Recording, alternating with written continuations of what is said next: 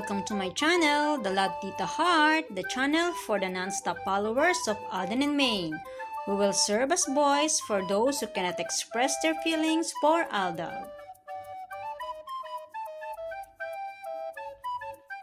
Kamusta po kayo mga ka-non-stop? Good day po sa inyong lahat. Bago po tayo tumungo sa kaganapan kay Alden and Maine, please subscribe and hit the notification bell para ma-notify po kayo sa mga bagong video na i-upload ko. Salamat po!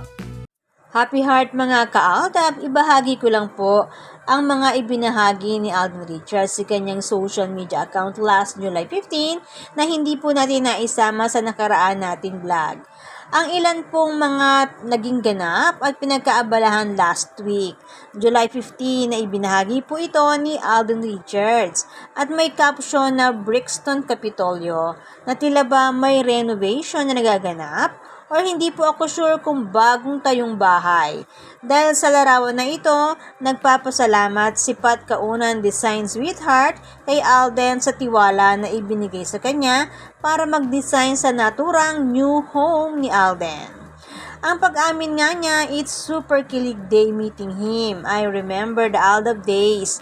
I'm such a quiet fan and I'll scream to death talaga sa kilig. Thank you so much, April CP, to work with you also. Ang sabi po ni Pat Kaunan.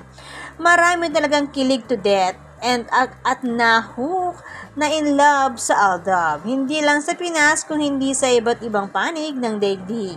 Hindi lang Pilipino kundi foreigners din. At katulad nito, Mayor di mano ito sa lugar kung saan nag-shooting ang Imagine You and Me sa Italy. Sabi nga ng ating ka-admin, marami ng mga Hollywood star ang nag-shooting doon.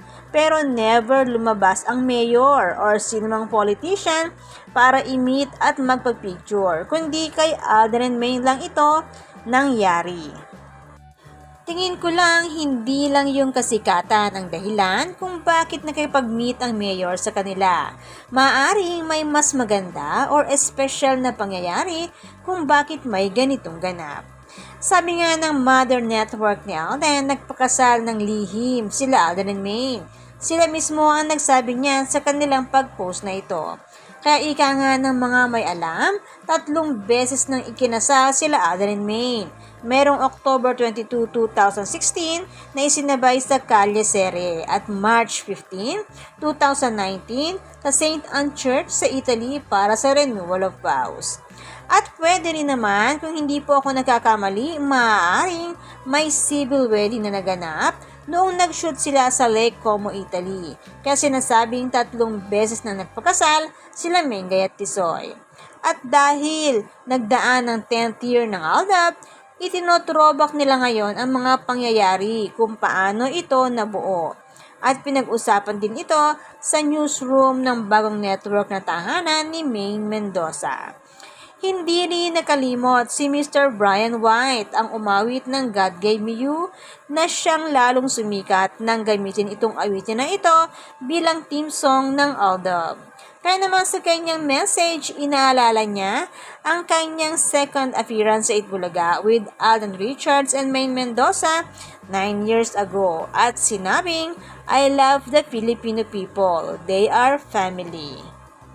And July 17, 2025, Bibo event ang pinagkaabalahan ni Alden. July 19, 2025, sa Bicol para sa BDO Fiesta SM City Legazpi para sa promotion ng BDO na siyang in-endorse ni Alden doon.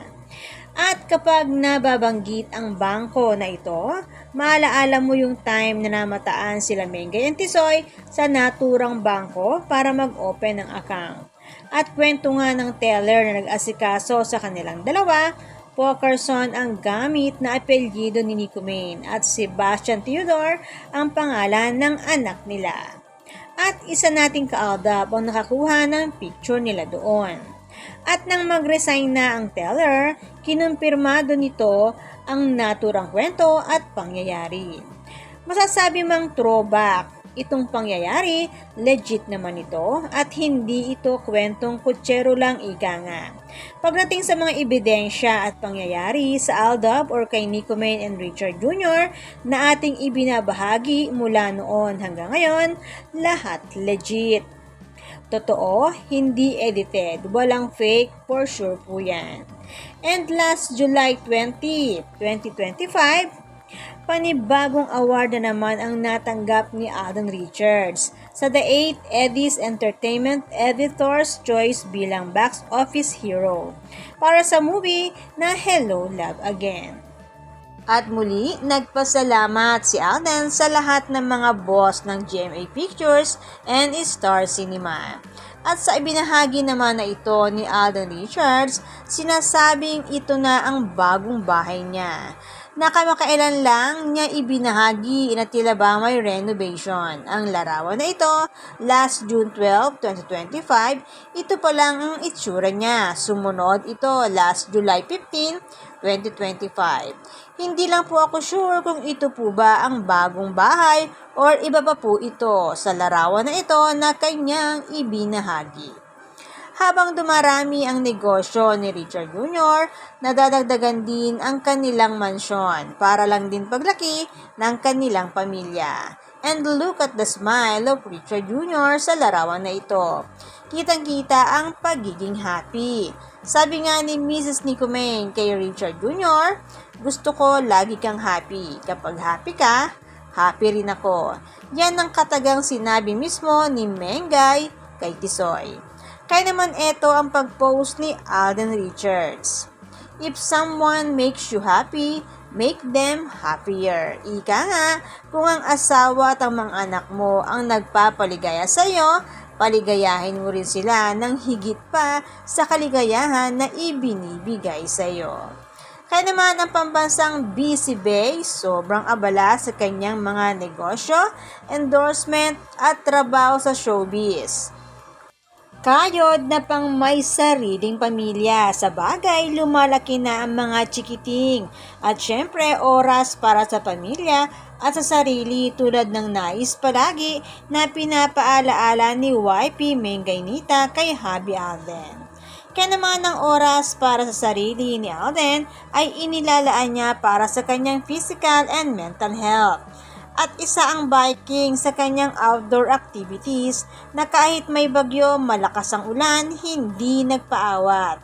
Last Monday, sumigi pa rin. Ika nga na mga kasama niya ang lakas ni Alden sa akyatin, ang tibay sa ahunan. And speaking of lakas at tibay, last July 24, 2025, ito ang ibinahagi ni Richard Jr. The strongest are gentle. The smartest are quiet. The wealthiest are simple. The happiest are private.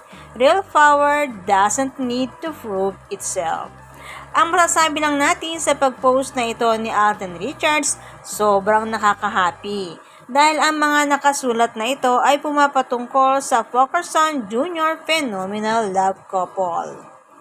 Isa-isahin po natin para lubos po nating maunawaan ang ibig sabihin ng mga ito na nais ibahagi ni Alden Richards sa kanyang mga fans at mga followers. Una po ang sabi, the strongest are gentle. Ito po ay pumapatungkol sa lakas ng abilidad sa pagiging mabuti, mahabagin at maunawain. Ang tunay na lakas na ginagamit para makatulong sa iba at makapagbigay ng inspirasyon sa pagkakaroon ng matibay at tapang ng loob sa anumang hamon ng buhay. Ang sumunod, the smartest are quiet. Sila yung mga taong mahilig makinig at matuto at mapagkumbaba sa kaalaman or handang makinig sa kaalaman ng iba. At ang pangatlo, the wealthiest are simple. Simpleng pamumuhay na nakapokus sa relationships at personal growth. Pang-apat, the happiest are private. Ika nga, kapag pribado ang buhay pag-ibig, may proteksyon laban sa mga mapanira ng relasyon. Sabi nga ni Richard Jr., happy life is a peaceful life. At ang panghuli, real power doesn't need prove itself. Ang tunay na kapangyarihan ay hindi kailangang magpatunay. Ang tagumpay nila Mengay and Tisoy bilang matagal nang magkarelasyon sa totoong buhay since October 22, 2016 ay napapaloob sa mga kasabihan na ito na ibinahagi ni Richard Jr. Sabi nga nila, kapit lang, laban lang sa anumang hamon ng buhay.